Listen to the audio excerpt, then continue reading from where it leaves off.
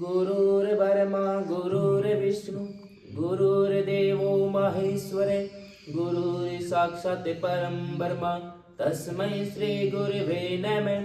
ध्यानमूलं गुरुमूर्ति पूजामूलं गुरुपदं ज्ञानमूलं गुरुवाक्य मोक्षमूलं गुरुकृपा। ओम नमो भगवते वासुदेवाय। श्रीमद् भागवत महापुराण द्वितीय स्कंद।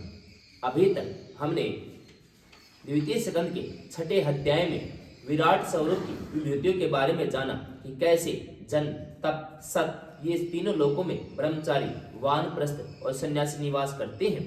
और ब्रह्मा जी बताते हैं कि विराट पुरुष के नाभि कमल से उनका जन्म हुआ है। और वे बताते हैं कि ब्रह्मांड के 7 आवरणों का वर्णन किया गया है कि पृथ्वी से 10 गुना जल है, जल से 10 गुना अग्नि है, अग्नि से 10 गुना वायु है, वायु से 10 गुना आकाश, आकाश से 10 गुना अहंकार, अहंकार से 10 गुना महतत्व है और महतत्व से 10 गुनी मूल प्रकृति है। और वह मूल प्रकृति भगवान के केवल एक पैर में ही निवास करती है। और आज हम जानेंगे 7वां अध्याय भगवान की लीला अवतारों की कथा।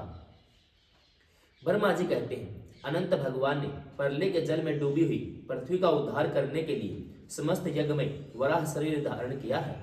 जय श्री कृष्ण। आदि दैत्य हिरणाक्ष जल के अंदर ही लड़ने के लिए उनके सामने आया। जैसे इंद्र ने अपने वज्र से पर्वतों के पंख काट डाले थे, वैसे वराह भगवान ने अपनी दाढ़ों से उसके टुकड़े टुकड़े कर दिए। जय श्री कृष्ण। फिर उन्हीं प्रभु ने रुचि नामक प्रजापति की पत्नी आकुति के गर्भ से सुयज्ञ के रूप में अवतार ग्रहण किया। जय श्री कृष्ण। उस अवतार में उन्होंने दक्षिणा नाम की पत्नी से सुयम नाम के देवताओं को उत्पन्न किया और तीनों लोगों के बड़े बड़े संकट हर लिए। जय श्री कृष्ण। इसी से स्वयंभू मनु ने उन्हें हरि के नाम से पुकारा। जय श्री कृष्ण। नारद कर्दम प्रजापति के घर देवहूति के गर्भ से 9 बहनों के साथ भगवान ने कपिल के रूप में अवतार ग्रहण किया। उन्होंने अपनी माता को उस आत्मज्ञान का उपदेश दिया जय श्री कृष्ण, जिससे वे इसी जन्म में अपने हृदय के संपूर्ण मल तीनों गुणों की आसक्ति का सारा कीचड़ धोकर कपिल भगवान के वास्तविक स्वरूप को प्राप्त हो गई। जय श्री कृष्ण। भगवान अत्रि भगवान को पुत्र रूप में प्राप्त करना चाहते थे। उन पर प्रसन्न होकर भगवान ने उनसे एक दिन कहा कि मैंने अपने आप को तुम्हें दे दिया। इसी से अवतार लेने पर भगवान का नाम दत्तात्रेय पड़ा था। जय श्री कृष्ण। उनके चरण कमलों के पराग से अपने शरीर को पवित्र करके राजा यदु और सहस्त्र अर्जुन आदि ने योग की भोग और मोक्ष दोनों की सिद्धियां प्राप्त की। जय श्री कृष्ण। नारद सृष्टि के प्रारंभ में मैंने विविध लोकों को रचने की इच्छा से तपस्या की। मेरे उस अखंड तप से प्रसन्न होकर उन्होंने तप अर्थ वाले सन नाम से युक्त होकर सनक, सनंदन, सनातन और सनत कुमार के रूप में अवतार ग्रहण किया। जय श्री कृष्ण। इस अवतार में उन्होंने प्रलय के कारण पहले कल्प के भूले हुए आत्मज्ञान का ऋषियों के प्रति यथावत उपदेश किया। जय श्री कृष्ण।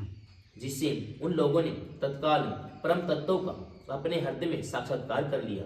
जय श्री कृष्ण। धर्म की पत्नी दक्ष कन्या मूर्ति के गर्भ से वे नर नारायण के रूप में प्रकट हुए। उनकी तपस्या का प्रभाव उन्हीं के जैसा है। जय श्री कृष्ण। इंद्र की भेजी हुई काम की सेना अप्सरा उनके सामने जाते ही अपना स्वभाव खो बैठी। वे अपने हाव भाव से उन आत्म स्वरूप भगवान की तपस्या में विघ्न नहीं डाल सकी। जय श्री कृष्ण। नारद शंकर आदि महानुभाव अपनी रोष भरी दृष्टि से कामदेव को जला देते हैं, परंतु अपने आप को जलाने वाले असह क्रोध को वे नहीं जला पाते। जय श्री कृष्ण। वहीं क्रोध नर नारायण के निर्मल हृदय में प्रवेश करने के पहले ही डर के मारे कांप जाता है। जय श्री कृष्ण। फिर भला उनके हृदय में काम का प्रवेश तो हो ही कैसे सकता है। जय श्री कृष्ण। अपने पिता राजा उतानपाद के पास बैठे हुए 5 वर्ष के बालक ध्रुव को उनकी सौतेली माता सुरुचि ने अपने वचन बाणों से भेद दिया था। जय श्री कृष्ण। इतनी छोटी अवस्था होने पर भी वे उस गलानी से तपस्या करने के लिए वन में चले गए। जय श्री कृष्ण। उनकी प्रार्थना से प्रसन्न होकर भगवान प्रकट हुए और उन्होंने ध्रुव को ध्रुव पद का वरदान दे दिया। जय श्री कृष्ण। आज भी ध्रुव के ऊपर नीचे प्रदक्षिणा करते हुए दिव्य महर्षिगण उनकी स्तुति करते रहते हैं। जय श्री कृष्ण। कुमार्गगामी वेन का ऐश्वर्य और पौरुष ब्राह्मणों के हुंकार रूपी वज्र से जलकर भस्म हो गया। जय श्री कृष्ण। वह नरक में गिरने लगा। ऋषि की प्रार्थना पर भगवान ने उसके शरीर मंथन से पृथ्वी के रूप में अवतार धारण कर उसे नरकों से उबारा और इस प्रकार पुत्र शब्द को चरितार्थ किया। जय श्री कृष्ण। पुत्र शब्द का अर्थ ही है पूत नामक नरक से रक्षा करने वाला। जय श्री कृष्ण। उसी अवतार में पृथ्वी को गाय बनाकर उन्होंने उससे जगत के लिए समस्त औषधियों का दोहन किया।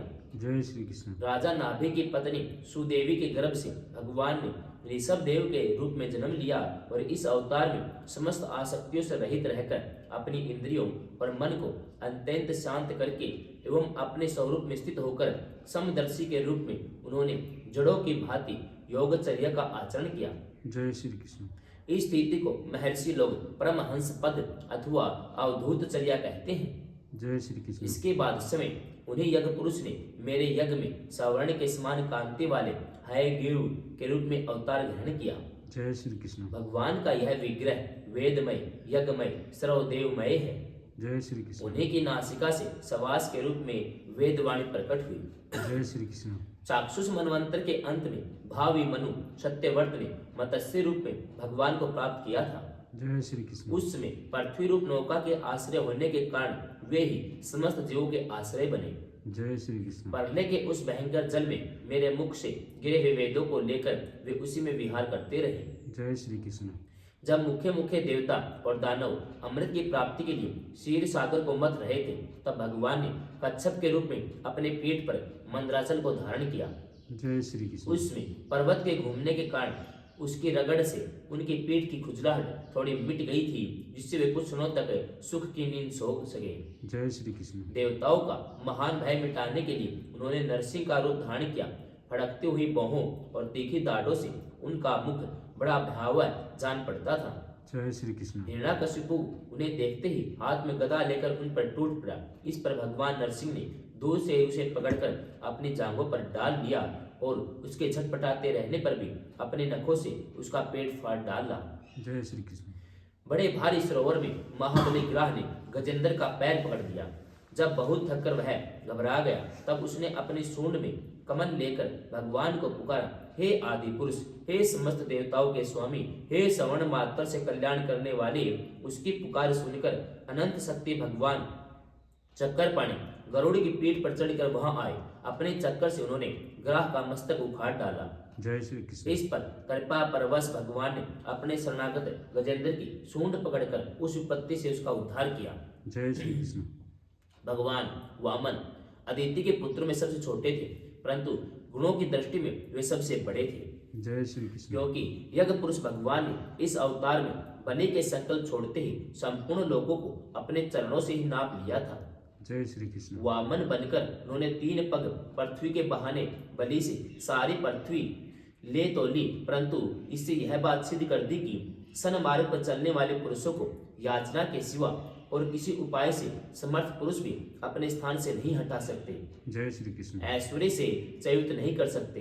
जय श्री कृष्ण। दैत्यराज बलि ने अपने सिर पर समय वामन भगवान का चरण अमृत धारण किया था। ऐसी स्थिति में उन्हें जो देवताओं के राजा इंद्र की पदवी मिली इसमें कोई बलि का पुरुषार्थ नहीं था। जय श्री कृष्ण। अपने गुरु शुक्राचार्य के मना करने पर भी वे अपनी प्रतिज्ञा के विपरीत कुछ भी करने को तैयार नहीं हुए। जय श्री कृष्ण। और तो क्या भगवान का तीसरा पग पूरा करने के लिए उसने चरणों में सिर रखकर उन्होंने अपने आप को भी समर्पित कर दिया। जय श्री कृष्ण। नारद, तुम्हारे अत्यंत प्रेम भाव से परम प्रसन्न होकर हंस के रूप में भगवान ने तुम्हें योग ज्ञान और आत्म तत्व को प्रकाशित करने वाले भागवत धर्म का उपदेश किया। जय श्री कृष्ण। वह केवल भगवान के शरणागत भक्तों को ही सुगमता से प्राप्त होता है। जय श्री कृष्ण। वे ही भगवान स्वयंभू आदि मनवंतरों में मनु के रूप में अवतार लेकर मनुवंश की रक्षा करते हुए 10 दिशाओं में अपने सुदर्शन चक्कर के समान तेज से बेरोक टोक निष्कंटक राज्य करते हैं। जय श्री कृष्ण। तीनों लोकों के ऊपर सत्य लोक तक उनके चरित्र की कमनीय कीर्ति फैल जाती है। जय श्री कृष्ण। उसी रूप में वे समय समय पर पृथ्वी के भारभूत दुष्ट राजाओं का दमन भी करते रहते हैं। जय श्री कृष्ण। सव नाम धन्य भगवान धन्वंतरी अपने नाम से ही बड़े बड़े रोगियों के रोग तत्काल नष्ट कर देते हैं। जय श्री कृष्ण। उन्होंने अमृत पिलाकर देवताओं को अमर कर दिया और दैत्यों के द्वारा हरण किए हुए उनके यज्ञ भाग उन्हें फिर से दिला दिए। जय श्री कृष्ण। उन्होंने ही अवतार लेकर संसार में आयुर्वेद का प्रवर्तन किया। जय श्री कृष्ण। जब संसार में ब्राह्मण द्रोही आर्य मर्यादा का उल्लंघन करने वाले नारकीय क्षत्रिय अपने नाश के लिए देववश बढ़ जाते हैं, पृथ्वी के कांटे बन जाते हैं, तब भगवान महापराक्रमी परशुराम के रूप में अवतीर्ण होकर अपनी तीखी धार वाले फरसे से 21 बार उनका संहार करते हैं। जय श्री कृष्ण।